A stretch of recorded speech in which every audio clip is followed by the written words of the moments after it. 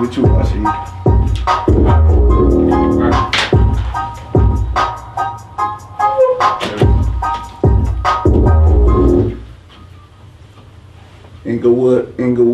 Inglewood.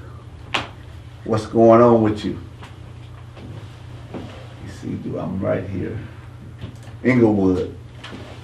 What's going on? How are you doing? Yep. It's one of those days. I can see it coming. But we're gonna make it work some kind of way. Inglewood. There we go. Inglewood. How you doing? It's a great day coming around. I can't get none of my stuff in order. But it's gonna be okay in a minute.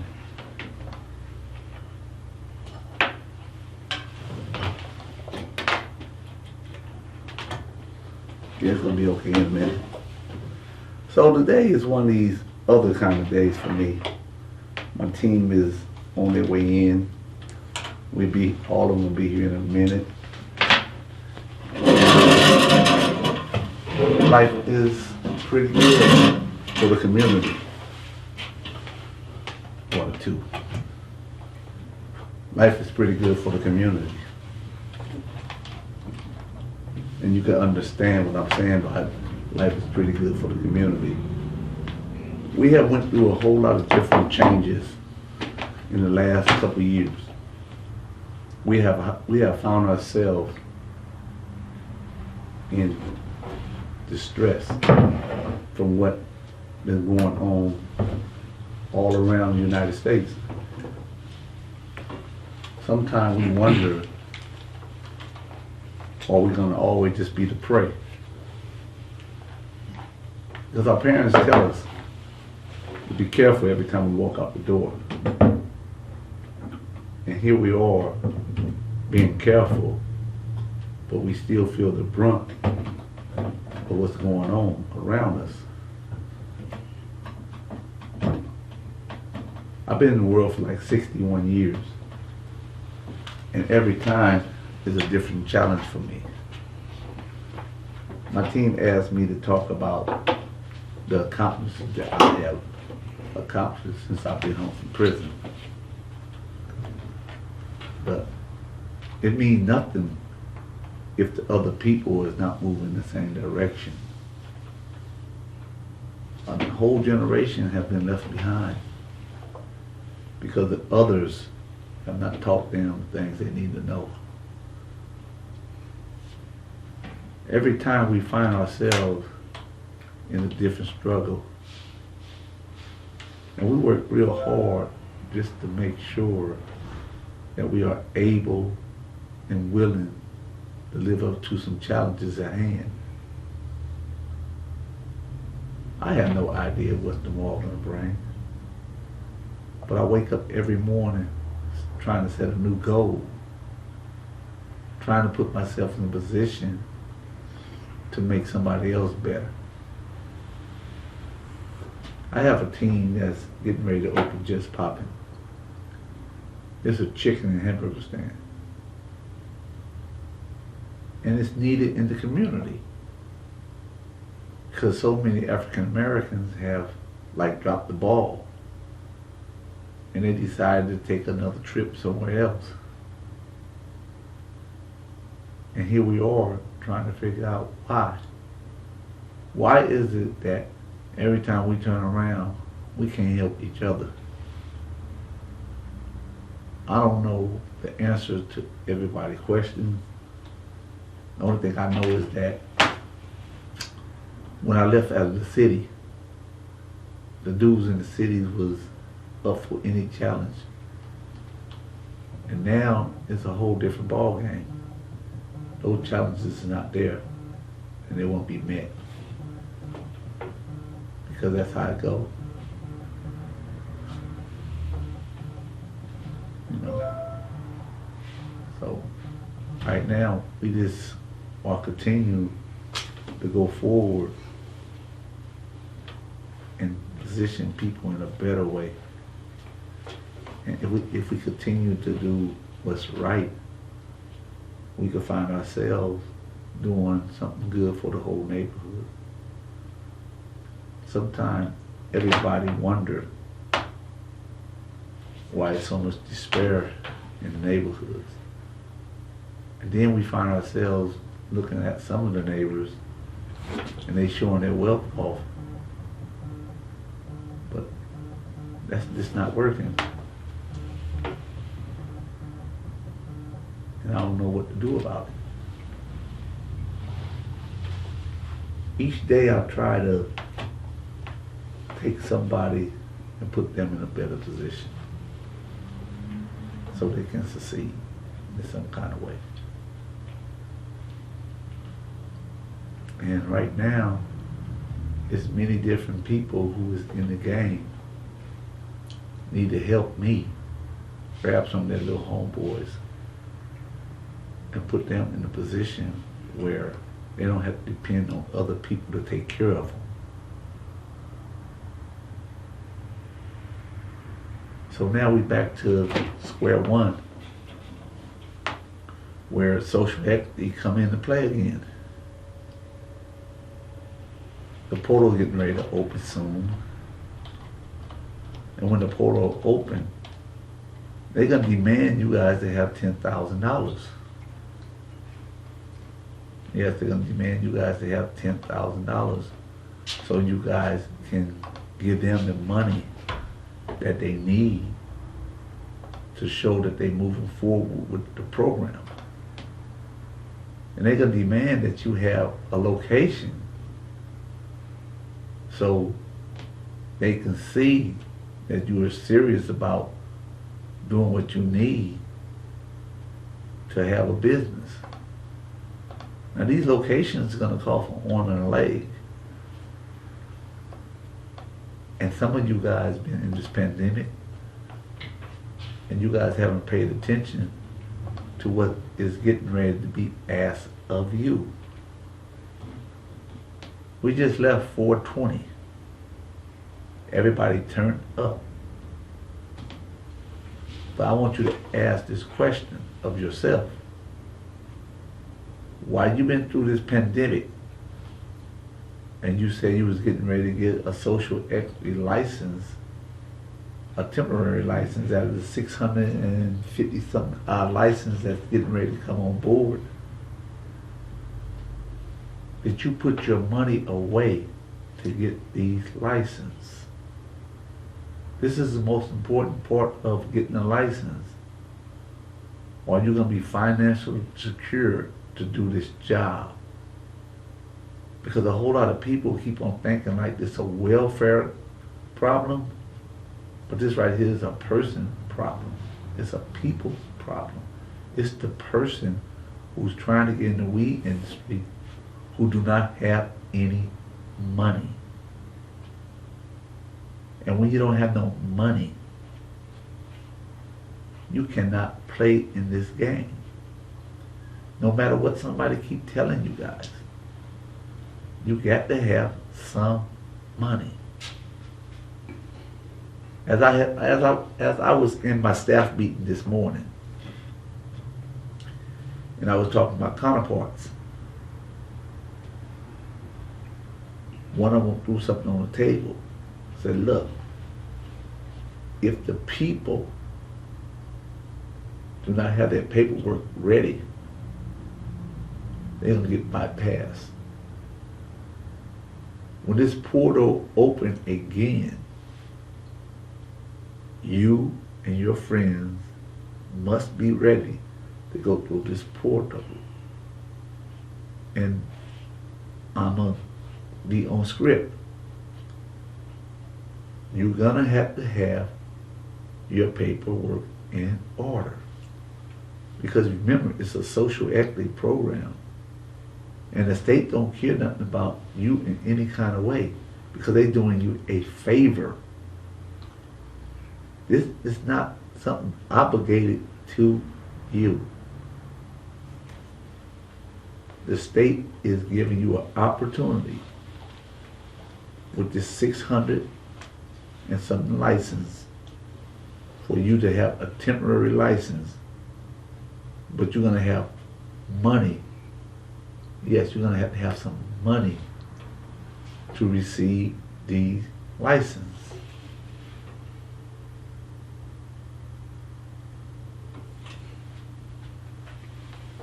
So this was going on, and this is how I'm living. And if you guys are not in position to do what you need to do, it's your loss. It's not my gain, it's your loss.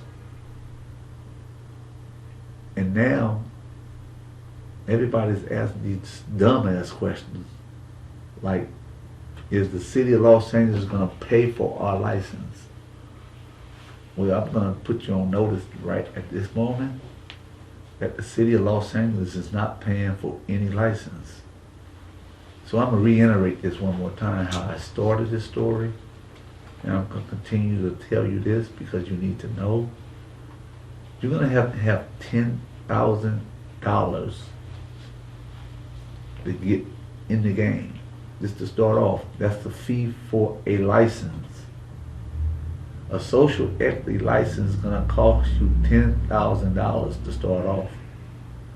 Now, they also want you to have a location for you to put your weed in. And then on top of that, you're going to have 2 trucks so you can deliver your weed in. And in those trucks, you're going to have a safe put in your truck. It's a drop box. You must have this in your truck. Now, I'm going to get a little technical.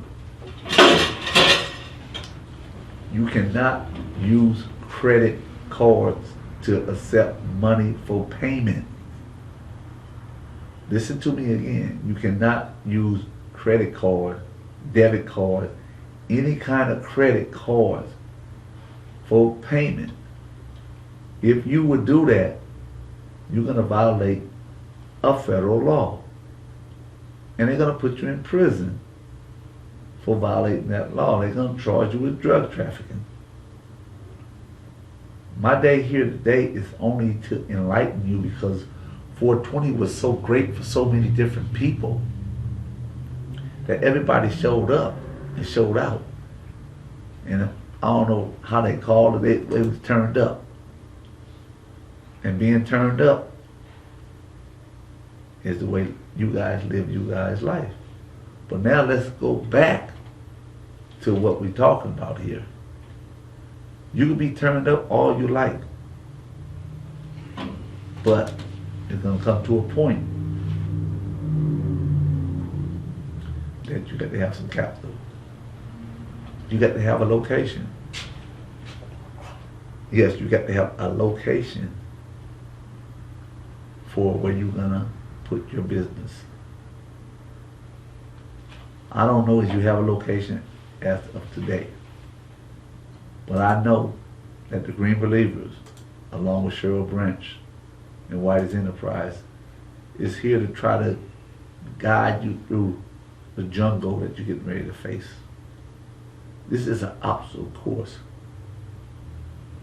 And I'm going to try to be real slow and precise so you guys can know, because you guys got me today. And they told me today, Whitey, you're on your own. If a guest come in, they just come in, but today is the day for you to really sit down with the people and remind them by August, when everything is lifted,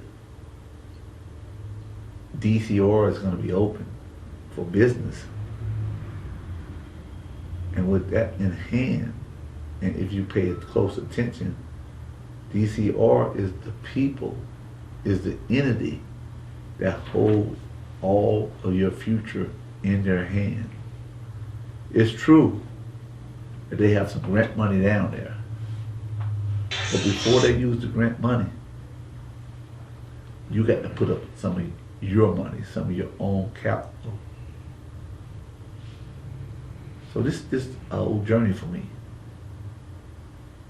It's a hard sell because it's hard for me to comprehend why people have not been doing their jobs. How people have not came up with their homeboys or their brothers and their sisters and came up with a better plan so they could be in position to have a building. No one needs to know where you're building at because these are delivery services. A delivery service do not have a location or storefront. It's just a storefront that is not located on the map so that someone can come and break in your place. So when you start looking for your storefront, put this in consideration. Do not tell anyone where you are located. You're going to have to do these things to make sure that you're safe. This is a part of what we do every day, is try to find a way to keep your safety hid from everybody else. The Green Believers is an organization that is community outreach. And we try to make it our business to take care of your business so you don't run into any problems. I don't know how far the team that I'm is associated with is getting ready to go on this journey, because they went all out last time and they put everybody in good positions. They got these 6 licenses last time, and now this time around they're trying to do it again. But if you're not a part of it, you can never be in the game. Now, let me switch wheels a little bit. If you're not able to get marijuana license, why do you want to pivot and get your CBD store? It's more easier and it's people friendly, and the taxes is cheaper. And when you get the CBD store, you can have this conversation with the churches. You can have conversations with regular businesses. Because CBD oil is not weed oil. It's not none of those things. So you can get away with using all these materials. And when you're standing up all day, you can use CBD oil in your legs and your ankles to feel better when you go to bed. This without using any beer absinthe or any other aspirins. It's all about you being comfortable, and you're not going to be addicted to anything. Sometimes you find CBD oil and it costs a lot. Some things do cost a lot because it's the right thing for you to have. You don't have to overreach, and you don't have to worry about the police. You don't have to worry about anyone giving you something bad, because the side effects is not going to hurt you. You don't have to worry about anyone doing the wrong thing, because that's not going to happen.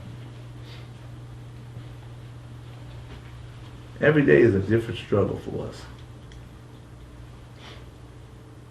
And we try to find the right formula as black people to get paid.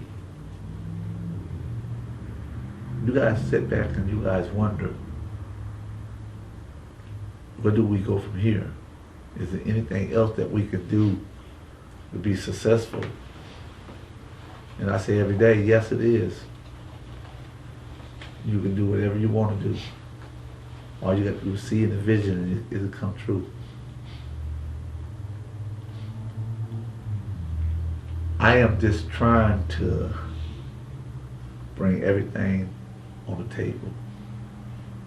And I'm just trying to help you guys see that it's more to life than you guys really think it is. You don't have to wait in line no more for certain things. If you're dealing with a computer, you can do coding. And coding is a new outlook that you can make like $100,000, $200,000 just playing on your computer in the coding world, making apps. Everybody asks the same question: why are you not making $200,000, $300,000 in coding, Whitey?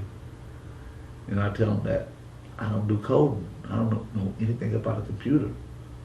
But I've been around the young guys who making so many different advances in the computer age where I can see it myself and understand what they're doing, but I have no idea how to do what they're doing.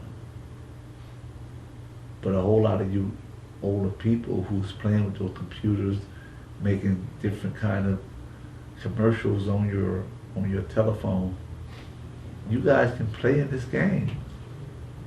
You can sit down with some people and learn a little bit more if you're open to it. I was told this the other day that these youngsters at Urban Hip Hop, they gave a nice little show. And they invited me down. But I was in Vegas, doing what I normally do. And the urban hip hop community, they just asked for a little help. They just asked for you guys to come and join them in their quest.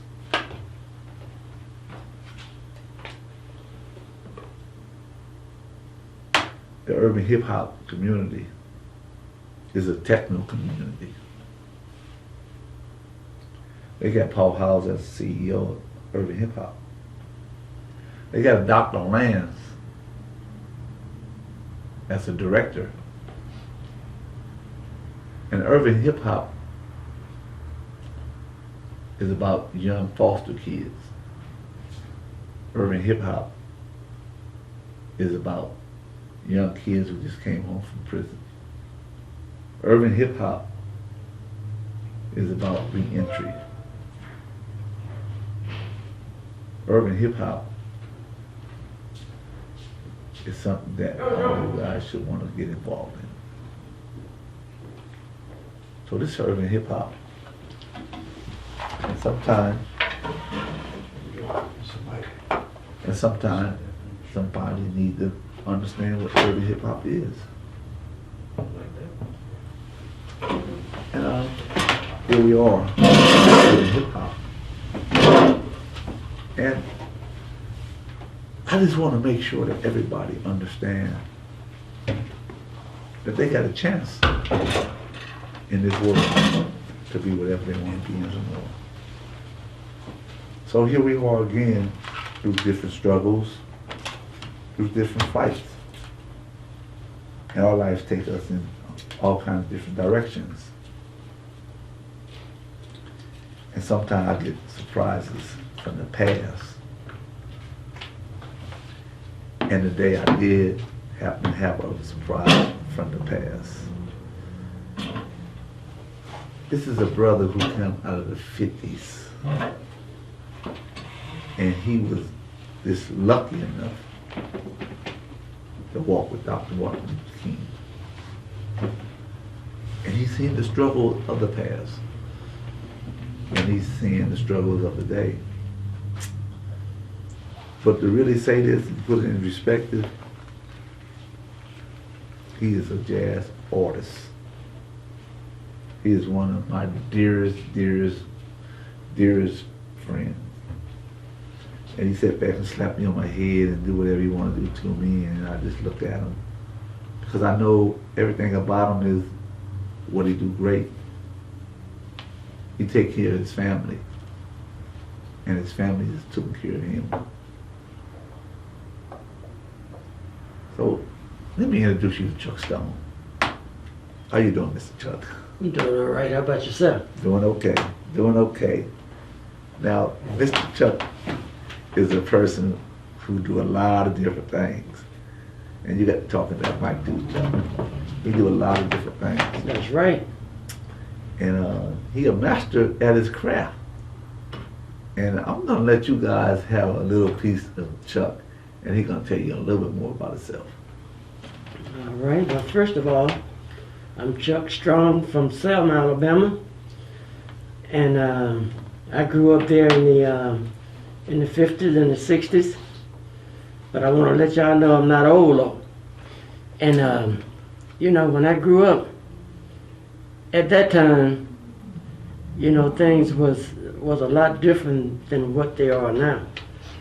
You know, a lot of time when I used to walk down the street downtown, and if there was some Caucasian people walking toward me, I would have to, you know, give them the right of way, and I have to kind of look away or look down. You couldn't look in their face at that time, and it was a real bad time for the African American people at that time.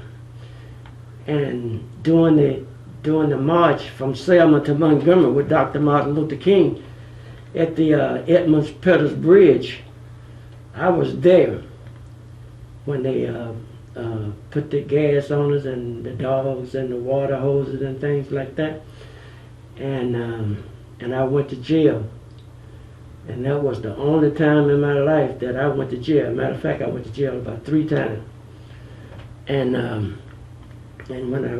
well, it wasn't really jail. It was kind of like an auditorium where it was just open, and they had beds in there. But anyway, and they treated us just like we were some animals. You know, when time to feed us, they didn't bring the food in. They just dump it in from a truck. And they treated us real bad. And I can go on and tell you some stories, but it was real tough back in the 50s and the 60s and the early 70s. You know, when I sit back and look at America right now, I always ask the older people, how can it ever be this bad? And some of them, like, it changed a lot because they did us so terrible that you guys getting a pass right now. And when I look at the rest of the world, I'm like, wow, we have put ourselves in a position where we're supposed to succeed, but each time we find ourselves taking 4 steps back because we turn around and look at the violence in the streets today, where a police officer is still doing the same thing they did in the 50s and 60s. They're just doing it in a different manner. And they're killing the kids because they couldn't, because they can. They killed the little boy in Minnesota because he put his phone up and told the white police lady, here go my mother, she's going to explain to you about why the insurance card is not in the card. And the lady looked at him and said, I don't want to hear that shit. Get the fuck out the car.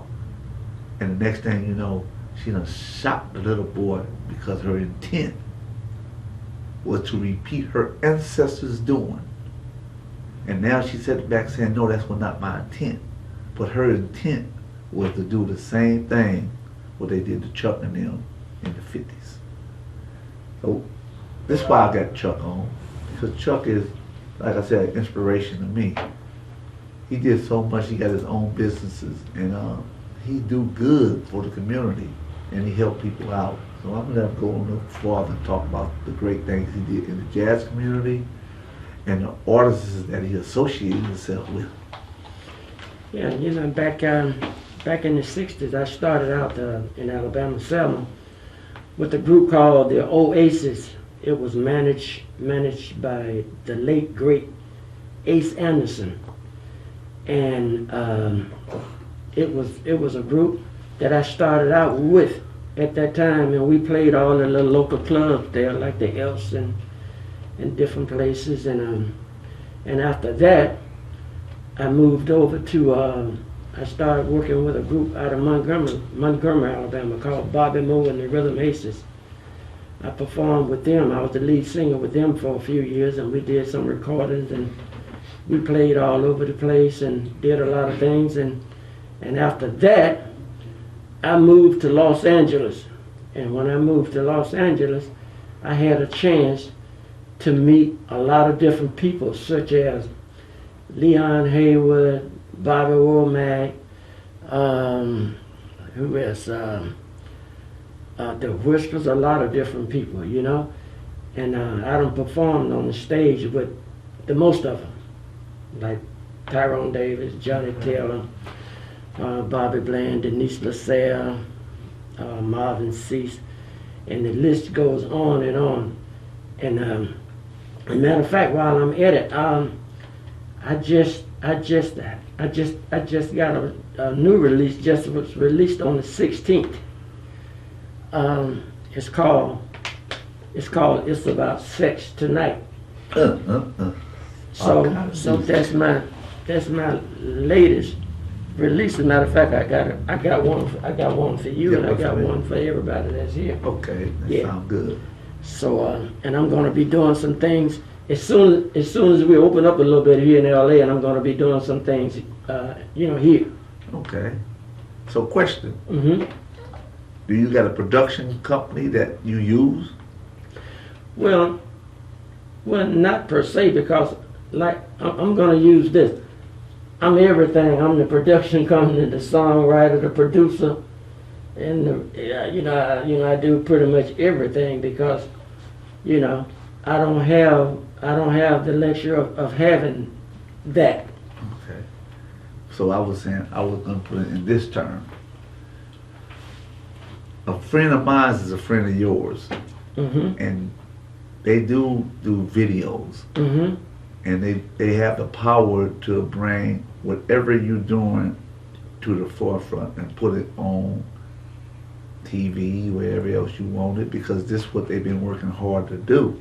Mm-hmm. And when we have friends, they say, "Hey, where are you going with this?" We say, "Well, we can't charge him that much, but we can help him.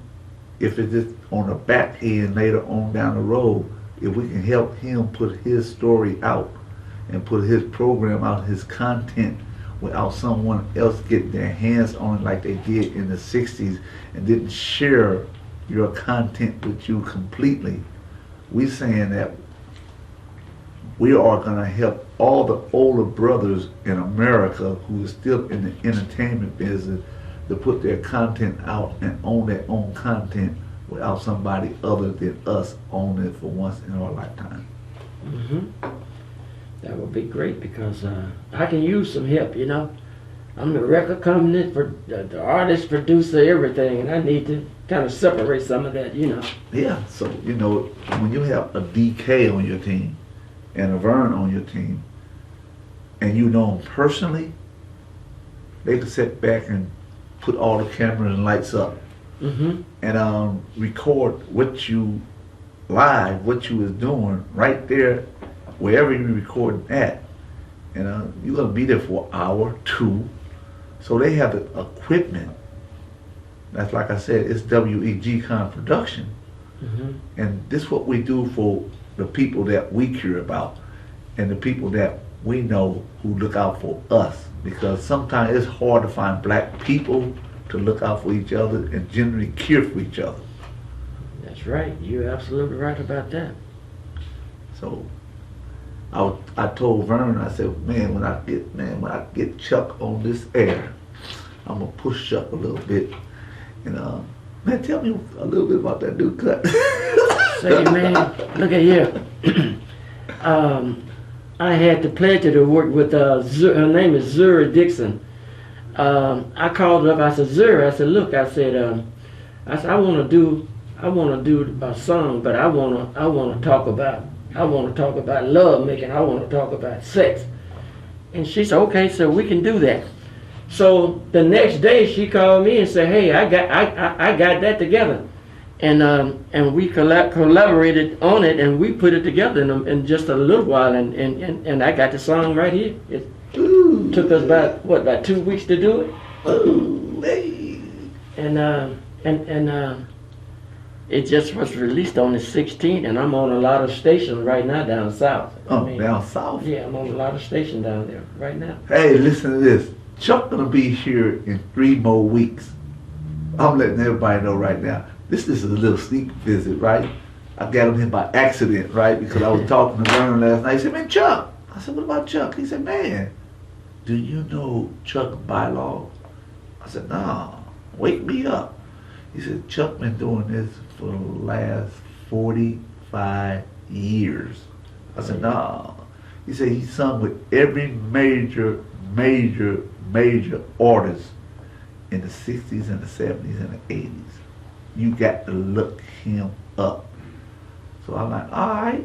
I said, but the problem is I can't market Chuck today because it's too late. He said, well, Chuck will be back in 3 weeks. Is that true? Yeah. Yeah, that's what I'm talking about. Vernon with this guy. Yeah. Well, let me say this, man. You know, this music business, man. You know, a lot of people. I've seen people that was in the music business and they out. But see, my philosophy is this: when you set out to do something, see, when I start doing something, I'm a winner. I don't give up. I might fall down, I might give out, but I never give up. And I keep coming back. When I do a recording, if it don't do what I wanted to do, hey, I fall down. I've fallen down, so I get back up, brush off, and try it again. And I feel like if you really stick to what you think you can do, eventually it'll happen if you keep doing it. Well, I feel that same way, Chuck. Chuck, I don't care what the world say. You know how I met you. I'm like, hey Chuck, what it costs? You say it's gonna cost you this. I said, all right, let me give you some of this paper, because like you, I'm never gonna give up doing what I do best. And I'm gonna get some paper every day, and there's gonna be some lady winking at me because I know they've been winking at you, and you got a fetish for making sure one of them smile on a regular basis, and I just be jealous because you know I'm married, I can't do what I used to do. But you know, love making is something that I really enjoy doing because this is what I do. Well, hey man, now speaking of business, I don't like the way, I love the way you do business, because look here, you do it right. You know, when the person gives you the price, you don't complain. You just start passing out cash, man, and that's what I like. Hey, but it's like the entertainment business. Sometimes people get caught up in a different manner and don't understand it. But I understand it. When you work hard, you're supposed to get paid. And not only that, my grandparents taught me back in the South, any man that works hard, he's supposed to eat good. Yes, sir. Now, one thing about me, I love to eat, and I like to eat good. And whatever I like to eat and drink, You are on point. I'm sorry, fellas. I had to walk away because I was smiling too hard. I know you on point. Because, you know, when you work hard and do what you want to do, you know, everybody look at you and they say, wow, how is it possible that a black man can go through so much and still be so proud to be black in America? Oh, yeah. And say, I took care of my family, and now I'm in an age bracket where I'm loving everything that I do because I am here to make me special, because I done made everybody around me special for so long. So it's my turn to enjoy the later years of my life, because you're just in the middle of your journey. You know, we're near the end. Mm-hmm. And you making material to make a woman just screams when they hear it. They're gonna be like, ooh, this some making love music here. And I know that you get that little guitar in action, you doing the right thing, you hitting the right keys, and oh my God, I just can't wait to hear it, because I know it's some more of it and some more of it coming. And look here, you know that the last recording that I had before this one, it was entitled "In a Coma," And a lot of people, they trying to figure out, well, what do you mean by in a coma? I wrote this song about this female that I had, and you know, she was a lot younger, and I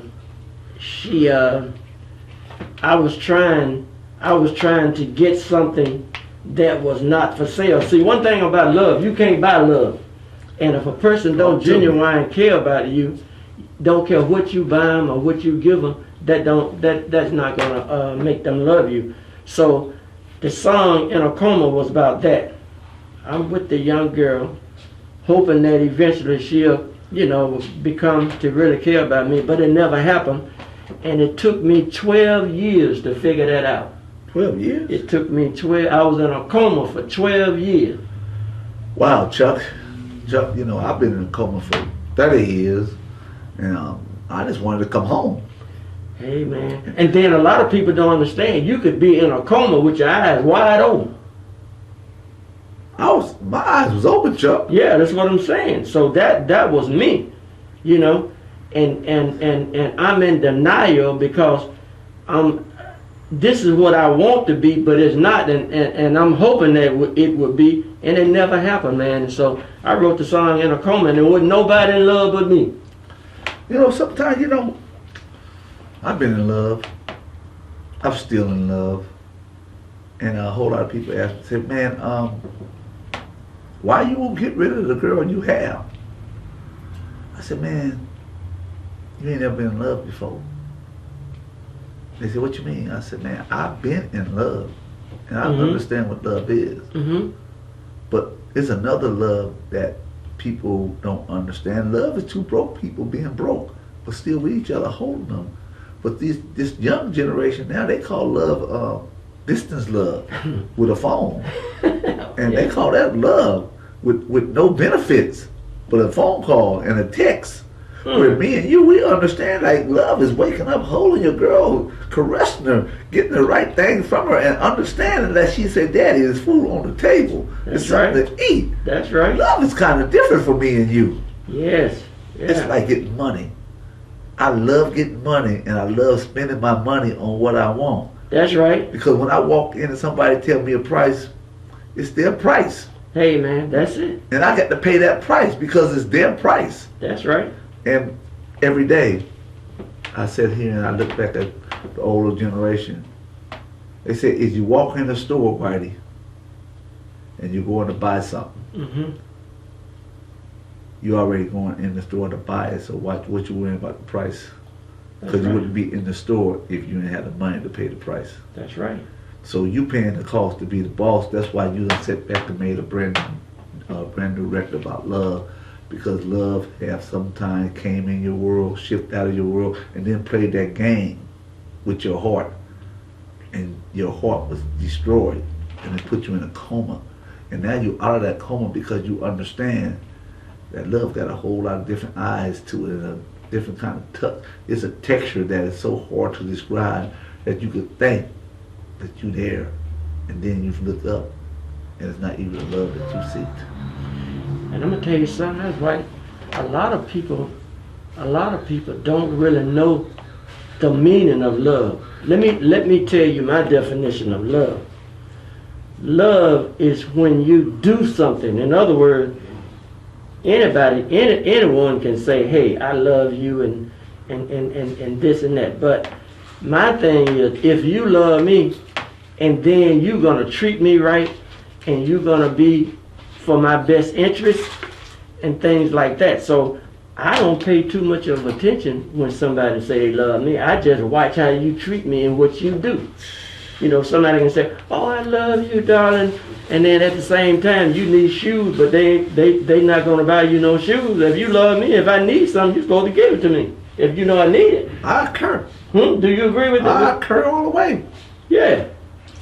And on top of it, I told a person like this, love is deeds and actions. It's action. It's doing, man. Yes. Anybody can say, oh, babe, oh, darling, I love you. If you love me, pussy, I need money, you know, and you got it, you're supposed to give me some money.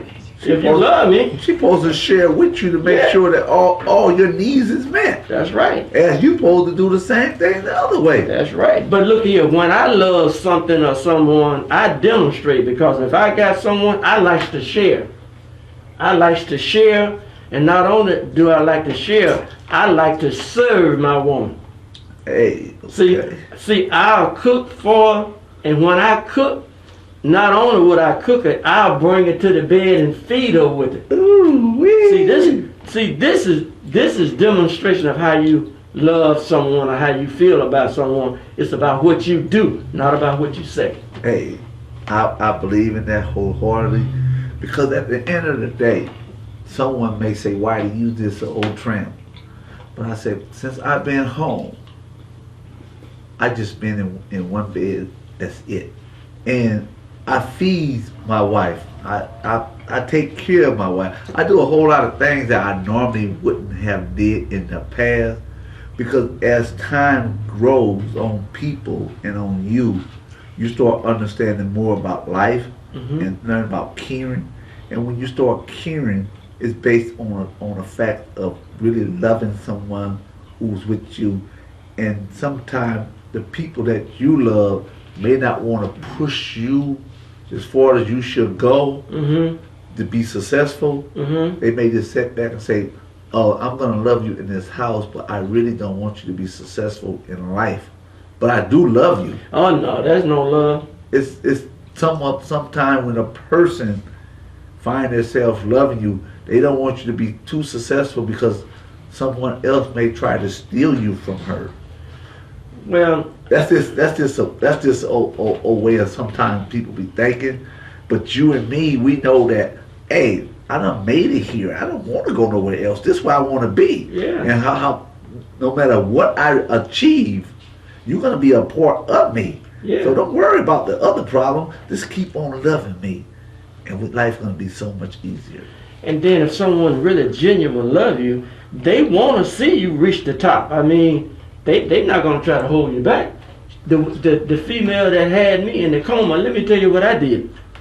She was working at this daycare center. I asked her, I said, well, look at here. I said, you working at the daycare center, why don't you concentrate on getting your own daycare center? She said, well, I need a few more credits, before I can do that. I said, well, here's what I'm going to do. I said, you get into school, and I'm going to pay your bill, all your bill, until you finish going to school so you can get your credential to have your own daycare center. And that's what I did. Now, she a young girl, but I want to see her be successful in life. You know what I'm saying? And I'm willing to help her spending my money. So when someone loves you, these are the type of things that they'll do for you, and that goes for if you got a lady or wife, she would do the same for you. Yeah, it's unconditional. If she genuinely love you.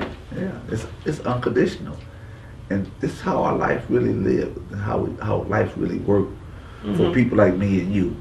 Because the money is just some money. We're gonna get some of that if we don't get nothing else. But when you find a genuine relationship that you can feel and that you can hold on, that is valid, you want to make sure that person understands that she can have you in all kind of ways, and you are willing to make sure she's good, because when she's good, you good, and your life is better. Well, hey, if I got a lady or wife or whatever, hey, I want to be good to her. I like to make sure she has whatever she needs. Like, I enjoy doing things for my woman. I want my woman to have some red bottoms. I'll buy them. You know what I'm saying? Yes. Yes. Because I want her to look good for me and look good for herself. So, but the only thing I don't want no other guy messing with my woman. I'm gonna tell you that. well, I'm saying this, Chuck. A woman is spoke to every time another man sees her. Yeah.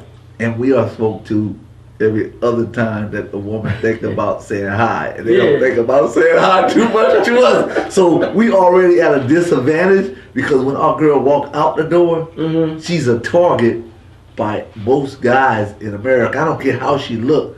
Some guy's gonna say, "Ooh, you look so good," and we're gonna be looking at her like when she come home and she gonna have that ego. She gonna be walking saying, "Huh, I'm getting talked to every day. What about you?" And we just like, hey, we are what we are because we're not seeking any attention because we already have you, and we just need you to do your job to keep our heart in place. Well, see, what I'm gonna do, I'm gonna make sure when my woman steps out the door, she gonna have. See, I'm gonna make sure she have everything she needs. So when the guys is getting at her, that's fine. But you know, she got what she really don't need anything because I'm supplying what she need, physically, mentally, and financially. And see, a lot of guys don't understand, man. Females are like this. They are more mental than anything. So you got to keep their mind conditioned. See, and the way I keep my woman mind in condition is make sure she got cash in her pocket, nice car to ride, and a place to stay. See, now when you got a woman and you doing all the things you supposed to do as a man supposed to, it take a real bad woman to go out and cheat on you when you do it like that. Well, people, listen to this. It's time for me to get out of here. I've been with Chuck Stone, and he told me just like this, Chuck Strong, he told me just like it was, if a woman really love you, she'll do what she's supposed to do. So again, I'm gonna let Chuck say bye-bye, and I'm gonna say bye-bye, and Chuck, tell him bye for the day. I want to tell everybody out there in radio land bye, and I want y'all to keep listening to this radio station and check out Chuck Strong latest CD. You can check it out on YouTube, Instagram, or wherever. CD baby, it's available. It's Whitey's Enterprise. I had a great day, the Green Believers. Come to the show Wednesday. You will see us live again. And the great thing about it is, I'm going to put you online so you can come and hang out with me once again. This is Whitey checking out. Have a great day. All right. Thank you, Chuck. Hey, man. What day you come back? In 3 weeks. You get Chuck back here in 3 weeks. I enjoyed that, man. Shit, I enjoyed that. Yep. I didn't know you was here, man. You know I was here. This is for you, Vern. Right. What? This is for you. You know I was here. Yeah. Okay. That's fine. Yeah, Chuck, this is my show. Say man, that was right off the top. So you ain't had to write nothing down or nothing. We just did it. Right up there. Yeah. The doctor coming? Now.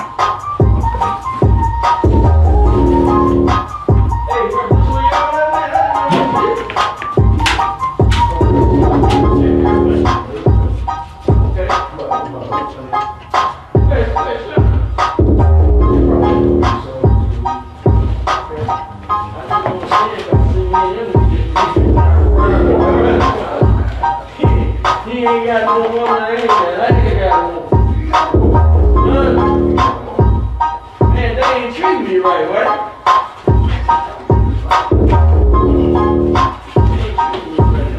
You gotta do it like I do it. Yeah, you put all the way and shit. Well, it's going up, but when you get it. I was born with chips, though. We ain't born with it. I said, you talk to somebody head, you ain't trying to get you. Yeah. You born with chips over there. My head, when I told her that too, she gave me a piece of what? Oh, yeah? But you can't tell. No. I said, oh, we did, I don't know what to do. I said, check one time. Oh, yeah? What you worry about, she did. My sister missing the last person.